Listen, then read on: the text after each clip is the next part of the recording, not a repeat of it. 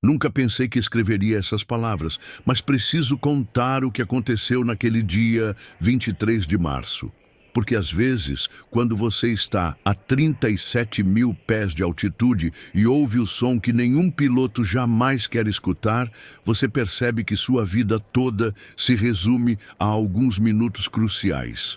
Meu nome é Capitão Roberto Silva, tenho 42 anos e há quase 2 décadas piloto aeronaves comerciais. Voei em céus calmos e tempestades furiosas, transportei presidentes e famílias em lua de mel, enfrentei turbulências que pareciam querer arrancar as asas do avião, mas nada, absolutamente nada, me preparou para o que aconteceu no voo TAM 8347. Era uma terça-feira típica quando cheguei ao Aeroporto Internacional de Guarulhos às 5h30 da manhã. O briefing meteorológico indicava condições favoráveis para o voo São Paulo-Miami, rota que eu conhecia como a palma da minha mão. Nosso Airbus A330-200, prefixo PTMVF, estava em perfeitas condições, segundo o relatório de manutenção. Com 180 passageiros a bordo e uma tripulação de 12 pessoas, tudo parecia uma operação rotineira. Meu copiloto era o primeiro oficial Fernando Moraes, um jovem competente de 28 anos, com quem eu já havia voado algumas vezes. A comissária-chefe, Patrícia Santos, tinha mais de 15 anos de experiência e conhecia cada procedimento de emergência de cor. A equipe estava preparada, a aeronave estava em ordem, e o plano de voo aprovado nos levaria sobre o Atlântico em uma rota otimizada de 8 horas e 40 minutos. Durante o checklist pré-voo, revisamos meticulosamente cada sistema. Os motores Rolls-Royce Trent 700 ronronavam suavemente durante os testes. Os computadores de voo estavam configurados, as comunicações funcionando perfeitamente e o peso e balanceamento calculados com precisão. Fernando checou os sistemas hidráulicos enquanto eu verificava os instrumentos de navegação. Comandante, todos os sistemas normais, reportou Fernando após completar sua parte da verificação. Perfeito. Torre de Guarulhos, TAM 8847, solicito autorização para a partida, transmiti no rádio. TAM 8847, autorizado partida, pista 09 left, vento calmo, QNH 13, respondeu o controlador. Às 7h15, iniciamos o taxiamento para a cabeceira da pista. Os passageiros já estavam acomodados, muitos dormindo, outros verificando seus telefones uma última vez antes de desligá-los. Famílias indo para Disney World, empresários em viagens de negócios, aposentados realizando o sonho de conhecer Miami Beach. Cada um com suas histórias, seus sonhos, suas razões para estar ali. Durante a corrida de decolagem, senti a familiar sensação de poder quando os motores atingiram potência máxima. O A330 acelerou pela pista e aos 165 nós, puxei suavemente o manche. Às 7h22, estávamos no ar, iniciando nossa subida para o nível de cruzeiro de 37 mil pés. Gear up, comandei, e Fernando recolheu o trem de pouso. Positive rate, gear up, confirmou. As 2 primeiras horas de voo transcorreram sem intercorrências. Cruzávamos sobre o Oceano Atlântico, com o sol nascente pintando as nuvens abaixo de nós em tons dourados e rosados. O piloto automático mantinha nossa altitude e rota perfeitamente, enquanto monitorizávamos os sistemas e mantínhamos contato regular com os centros de controle oceânico. Às 9h30, estávamos exatamente no meio do Atlântico, a cerca de 1.200 milhas náuticas da costa brasileira e aproximadamente 900 milhas das ilhas mais próximas. Era nesse momento que o oceano parecia infinito em todas as direções e você realmente sentia a imensidão do planeta. Fernando, que tal um café? Perguntei relaxado. Boa ideia, comandante. Vou chamar a Patrícia. Foi exatamente às 9h34 quando nossa vida mudou para sempre. O som veio primeiro, um estrondo metálico ensurdecedor que reverberou por toda a cabine, seguido imediatamente por uma vibração violenta que fez todo o avião tremer. Os alarmes começaram a disparar em uma sinfonia caótica de alertas sonoros e visuais. As luzes vermelhas piscavam no painel como fogos de artifício e o cheiro de queimado invadiu a cabine. "Mayday, Mayday, Mayday!" Gritei no rádio, meu treinamento assumindo o controle mesmo enquanto meu coração disparava. Centro Oceânico Atlântico, TAM 8847, temos falha catastrófica do motor direito. Olhei rapidamente para os instrumentos. O motor número 2, do lado direito, estava completamente morto. Pior ainda, os indicadores mostravam temperatura extremamente alta, pressão de óleo zero e o sistema de extinção de incêndio estava ativado automaticamente. "Fernando, motor Fire Checklist, agora!" comandei. Mas quando olhei pela janela lateral direita, o que vi me fez engolir em seco. Não era apenas uma falha de motor. Pedaços de metal estavam saindo da nacelle e eu podia ver claramente que parte do motor havia simplesmente se desintegrado. Destroços brilhavam ao sol enquanto caíam em direção ao oceano e uma trilha de fumaça escura se estendia atrás de nós. "Jesus Cristo", murmurou Fernando, seguindo meu olhar. TAM 8847, Centro Oceânico recebido. "Estado, sua emergência e intenções", veio a resposta calma do controlador. "Centro, TAM 8847, tivemos explosão do motor direito com fragmentação. Motor completamente perdido. Possível dano estrutural. 180 almas a bordo. Combustível para aproximadamente 4 horas. Necessitamos pouso de emergência no aeroporto mais próximo." Enquanto falava no rádio, minha mente processava rapidamente nossa situação. Estávamos no meio do Atlântico, com um motor destruído e possíveis danos na asa direita. O A330 foi projetado para voar com o motor, mas nossa posição era extremamente complicada.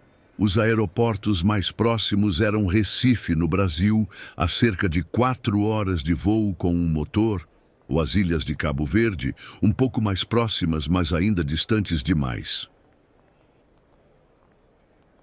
"Comandante, terminei o checklist de emergência do motor", reportou Fernando. "Fogo extinto, combustível cortado, sistemas elétricos reconfigurados." "Muito bem. Agora verifica se temos algum dano estrutural. Olha todos os sistemas hidráulicos, elétricos e de controle de voo." Foi então que Patrícia apareceu na porta da cabine, o rosto pálido, mas profissional. "Comandante, os passageiros estão assustados. Alguns viram os destroços do motor. Como devo proceder?" "Patrícia, faz um anúncio explicando que tivemos uma falha mecânica e que estamos procedendo conforme os protocolos de segurança. Mantenha calma, mas prepara a cabine para uma possível emergência. E verifica se algum passageiro se machucou durante a vibração inicial." "Entendido, comandante." Enquanto Patrícia retornava à cabine de passageiros, Fernando completava sua análise dos sistemas.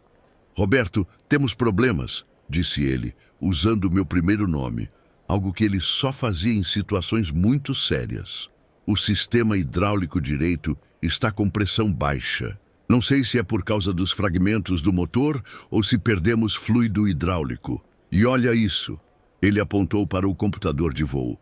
Nossa autonomia de combustível havia diminuído drasticamente. Com apenas um motor funcionando, nosso consumo aumentara significativamente e a resistência adicional, causada pelos destroços do motor direito, estava nos forçando a queimar ainda mais combustível. "Centro Oceânico, TAM 8847, atualizando nossa situação. Temos sistema hidráulico comprometido e autonomia de combustível reduzida para aproximadamente 3 horas e 30 minutos. Solicitamos informações sobre aeroportos alternativos." "TAM 8847, entendido.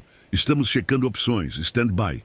Foi nesse momento que percebi que nossa situação era muito mais grave do que inicialmente pensara. Não era apenas uma questão de voar com um motor até o próximo aeroporto. Com a autonomia reduzida, os aeroportos continentais estavam fora do nosso alcance. E com o sistema hidráulico comprometido, um pouso normal seria extremamente desafiador. Fernando estava trabalhando furiosamente nos cálculos de combustível e distância, usando os computadores de navegação para avaliar todas as opções possíveis. Roberto, fiz os cálculos 3 vezes. Com nossa velocidade reduzida e consumo aumentado, não conseguimos alcançar nem Recife nem as Canárias. Mas tem uma opção. Ele apontou para o mapa de navegação no display. Ascensão. Ilha da Ascensão. Meu coração quase parou. A Ilha da Ascensão era uma pequena ilha vulcânica no meio do Atlântico Sul, território britânico com uma pista militar. Ficava a aproximadamente 400 milhas náuticas da nossa posição atual, teoricamente dentro do nosso alcance, mas com uma margem de combustível perigosamente pequena. Centro-Oceânico TAM 8847, podemos ter informações sobre a pista da Ilha da Ascensão? Checamos que pode ser nossa única opção viável. TAM 8847, stand-by. Vamos contatar as autoridades de Ascensão. Enquanto aguardávamos a resposta, fiz um anúncio para os passageiros via interfone. Senhoras e senhores, aqui é o comandante Roberto Silva. Como alguns de vocês podem ter percebido, tivemos uma falha mecânica em um dos nossos motores. Quero assegurar a todos que nossa aeronave está completamente segura voando com um motor. E nossa tripulação está altamente treinada para essas situações. Estamos nos dirigindo para um aeroporto onde faremos um pouso de precaução. Pedimos que permaneçam calmos e sigam as instruções da tripulação de cabine. Manteremos vocês informados sobre nossa situação. Desliguei o interfone e olhei para Fernando. Ambos sabíamos que havia omitido vários detalhes cruciais, mas não havia necessidade de causar pânico desnecessário. TAM 8847, Centro-Oceânico. Temos informações sobre Ascensão. Pista 0725, 3.050 metros de comprimento, 45 metros de largura. Condições meteorológicas atuais. Vento, 0,90 graus a 15 nós. Visibilidade 10 quilômetros, céu claro. Autoridades locais estão sendo notificadas da sua situação de emergência. Centro, TAM 8847. Muito obrigado. Confirmamos Ilha da Ascensão como nosso destino alternativo. Solicitamos vetorização direta. TAM 8847, autorizado direto à Ascensão. Curso 195 graus. Reporte quando iniciar descida. Programei o novo curso no computador de voo e o avião iniciou uma curva suave para a esquerda. Mas mesmo enquanto fazíamos isso, eu podia ver nos instrumentos que nossa margem de combustível estava diminuindo a cada minuto. Fernando, quanto tempo até a Ascensão? Nas condições atuais, aproximadamente 1 hora e 45 minutos. E vamos chegar com cerca de 800 quilos de combustível restante. 800 quilos. Em um A330, isso representava aproximadamente 15 minutos de voo. Sem margem para aproximações perdidas, sem margem para espera, sem margem para erro. Foi nesse momento que Patrícia voltou à cabine com uma expressão preocupada. Comandante, temos alguns passageiros muito nervosos. Uma senhora teve uma crise de pânico e tem um senhor que diz ser engenheiro aeronáutico e está questionando nossa capacidade de voar com um motor sobre o oceano. Patrícia, primeiro, a senhora em pânico. Dá a ela uma das máscaras de oxigênio portáteis para ajudar a controlar a respiração. E, se preciso, administra um ansiolítico conforme protocolo médico. Quanto ao engenheiro, pede para ele vir aqui conversar comigo. 2 minutos depois, um homem de cerca de 50 anos, aparentando nervosismo, mas tentando manter a compostura, entrou na cabine. Comandante, sou Carlos Mendoza, engenheiro aeroespacial da Embraer. Desculpe incomodar, mas preciso saber nossa real situação. Vi os destroços do motor e, pela vibração que senti, parece que houve falha catastrófica da turbina. Apreciei sua honestidade e conhecimento técnico. Às vezes, ter um especialista a bordo pode ser útil. Carlos, você está correto. Tivemos fragmentação do motor direito, provavelmente falha da turbina de alta pressão. Estamos voando para a Ilha da Ascensão, onde faremos um pouso de emergência. O A330 é certificado para voo prolongado com um motor, então estamos dentro dos parâmetros de segurança. Não mencionei nossa situação crítica de combustível. Entendo, comandante. Posso ajudar em alguma coisa? Conheço bem os sistemas do A330. Obrigado, Carlos. Por enquanto, o que mais preciso é que você ajude a manter os outros passageiros calmos. Se alguém tiver dúvidas técnicas, você pode explicar que a situação está sob controle. Ele acenou e retornou à cabine. 40 minutos após a explosão do motor, estávamos estabelecidos na rota para a ascensão, mas nossa situação estava se deteriorando. Fernando identificou uma pequena perda de fluido hidráulico que, embora não crítica, estava afetando a resposta dos controles de voo. Roberto, o aileron direito está com resposta reduzida. Vamos ter que compensar durante o pouso. Entendido. Vamos praticar algumas manobras suaves para ver como o avião responde. Fiz pequenos inputs nos controles, testando a resposta da aeronave. O A330 ainda era controlável, mas definitivamente estava mais pesado na asa direita, exigindo pressão constante no manche para manter o voo nivelado. Foi então que o Centro Oceânico nos chamou com informações que mudariam completamente nossa estratégia. TAM 88847. Informação adicional sobre ascensão. Tão adicional. Due to military exercises in progress, a pista tem equipamentos posicionados que reduzem o comprimento disponível para 2.400 metros. Confirmam se ainda podem aceitar? Meu sangue gelou. 2.400 metros. Um A330, em condições normais, precisa de aproximadamente 1.800 metros para pousar, mas com um motor inoperante, sistemas hidráulicos comprometidos e pesando mais de 200 toneladas, devido ao combustível que ainda carregávamos, precisaríamos de pelo menos 2.800 metros para um pouso seguro. Centro TAM 88847. Solicito confirmação. Apenas 2.400 metros disponíveis. TAM 88847 confirmado. Military Authorities informam que é o máximo disponível no momento. Olhei para Fernando. Ambos sabíamos o que isso significava. Um pouso em 2.400 metros seria extremamente arriscado, com grande probabilidade de sairmos da pista e possivelmente explodir em uma bola de fogo. Fernando, temos outras opções. Ele verificou novamente os cálculos. Santa Helena está a 700 milhas, muito longe. Tem uma plataforma petrolífera a 200 milhas, mas obviamente não serve. Roberto, acho que nossa única opção real ainda é a ascensão, mesmo com a pista reduzida. Fechei os olhos por um momento, fazendo cálculos mentais. Se continuássemos para a ascensão, teríamos que executar um pouso extremamente preciso, com margem zero para erro. Qualquer coisa fora do normal, vento de través excessivo, aproximação instável, toque longo, seria fatal. Centro Oceânico, TAM 88847, confirme se não há outras alternativas viáveis na nossa área. TAM 88847, negative. Ascensão é a única opção com pista capaz de receber a aeronave do seu porte na sua área de alcance. Foi nesse momento que tomei uma das decisões mais difíceis da minha carreira. Fernando, vamos para a ascensão. Mas antes, precisamos reduzir nosso peso drasticamente. Dumping de combustível? Exato. E vamos ter que descartar tudo que for possível. Iniciei o procedimento de descarga de combustível, abrindo as válvulas que permitiriam expelir o excesso de querosene através de bocais nas pontas das asas.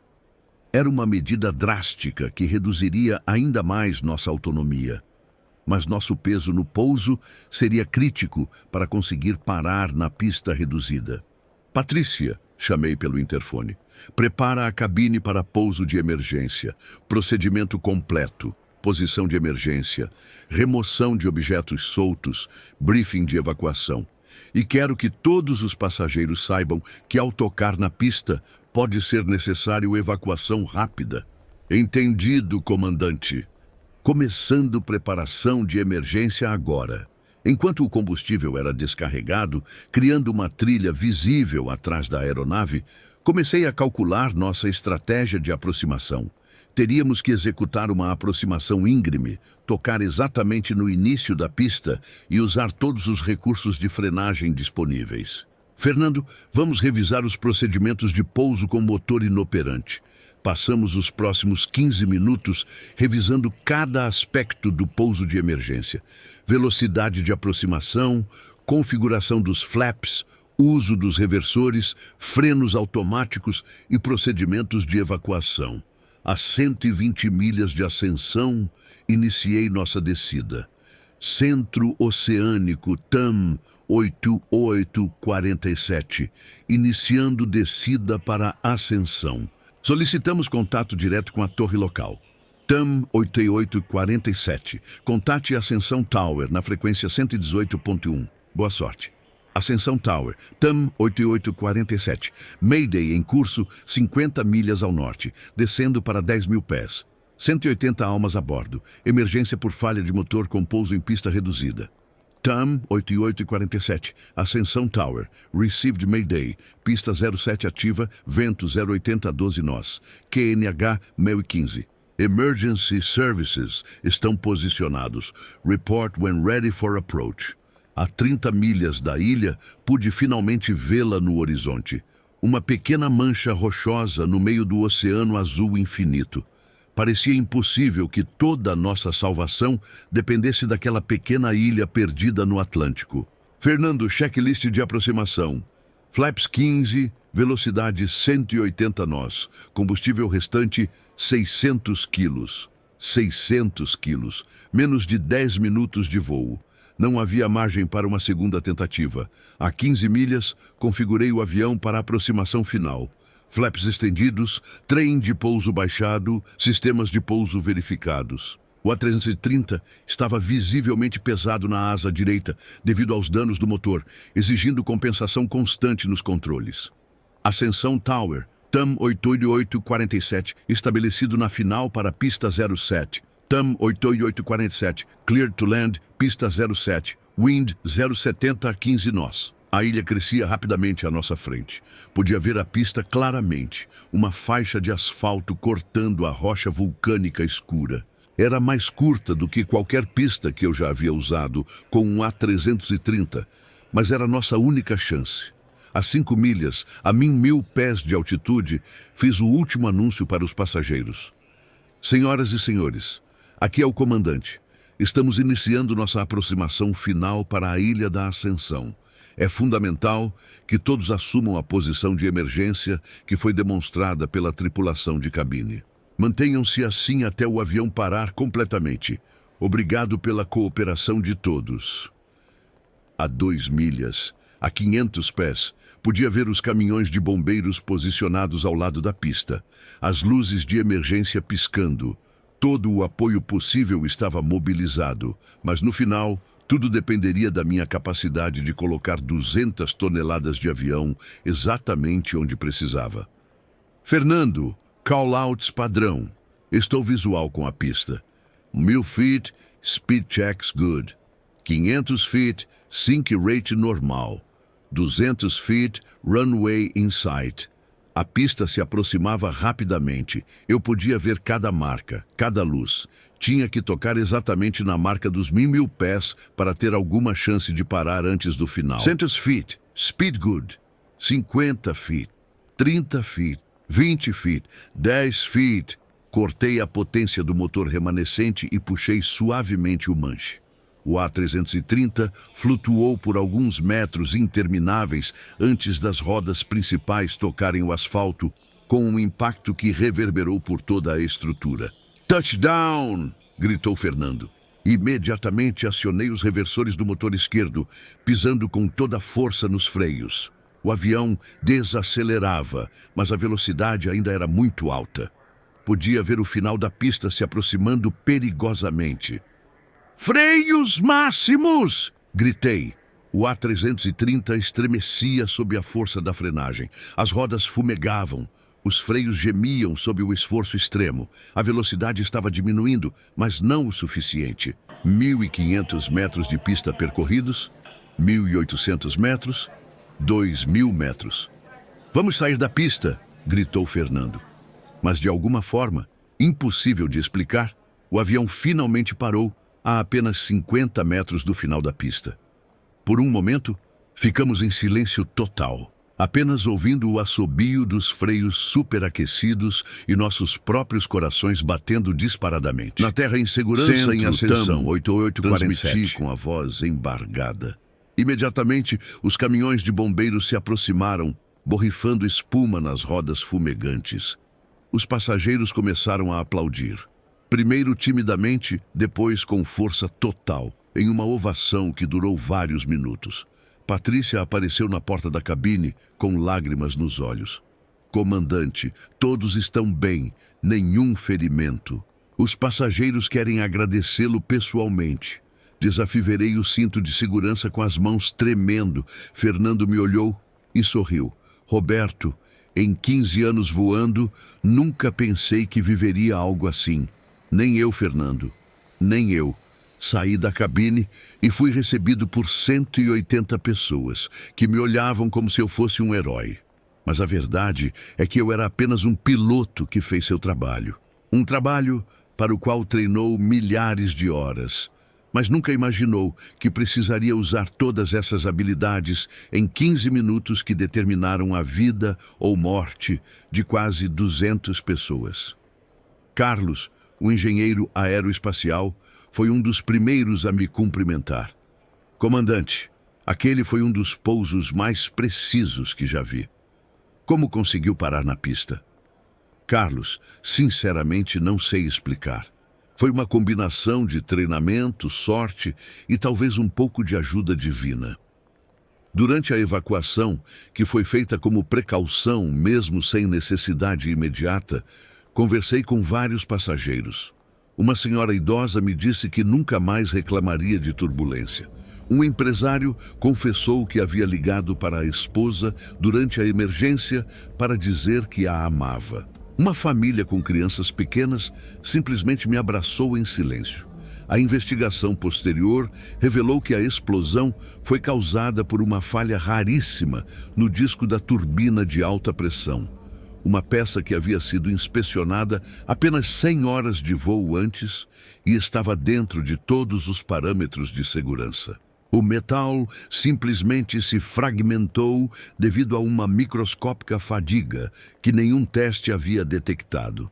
Os fragmentos do motor danificaram parcialmente o sistema hidráulico e causaram pequenos furos no tanque de combustível, explicando nosso consumo aumentado.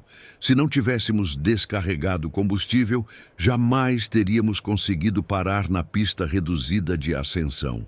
Ficamos 3 dias na ilha, esperando uma aeronave de resgate.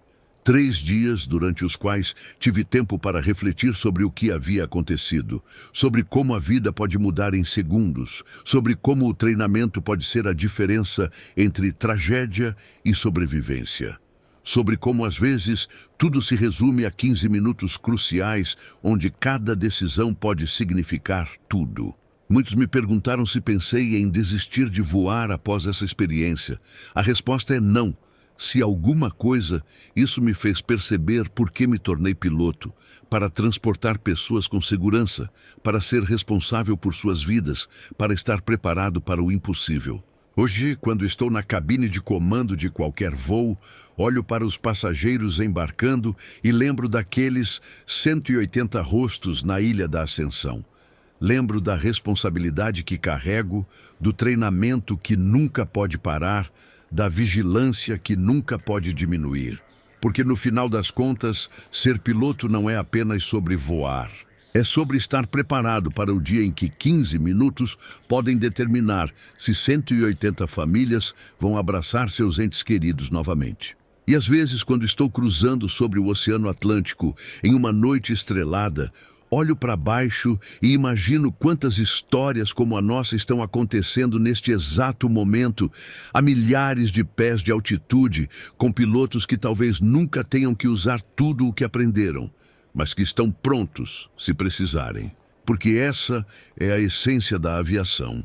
Estar preparado para o impossível, treinar para situações que você espera nunca enfrentar e saber que quando a vida de outras pessoas está em suas mãos, você fará tudo, absolutamente tudo, para trazê-las em segurança para casa. Nunca sabemos quando nossos 15 minutos mais importantes vão chegar. Mas quando chegarem, espero estar tão preparado quanto estava naquele dia sobre o Atlântico, quando um motor explodiu e mudou para sempre minha percepção sobre o que significa ser responsável por vidas humanas. Se você gostou dessa história e quer ouvir mais relatos reais dos céus, inscreva-se no canal Caixa Preta e ative as notificações. Compartilhe este vídeo com alguém que você acha que deveria conhecer essas histórias da aviação. E deixe nos comentários, você já passou por alguma situação onde teve que tomar decisões rápidas sob pressão extrema? Como você reagiu? Nos vemos no próximo episódio, onde vou contar a história de um piloto que teve que pousar um avião completamente sem instrumentos, navegando apenas pelas estrelas. Até lá, voem sempre com segurança.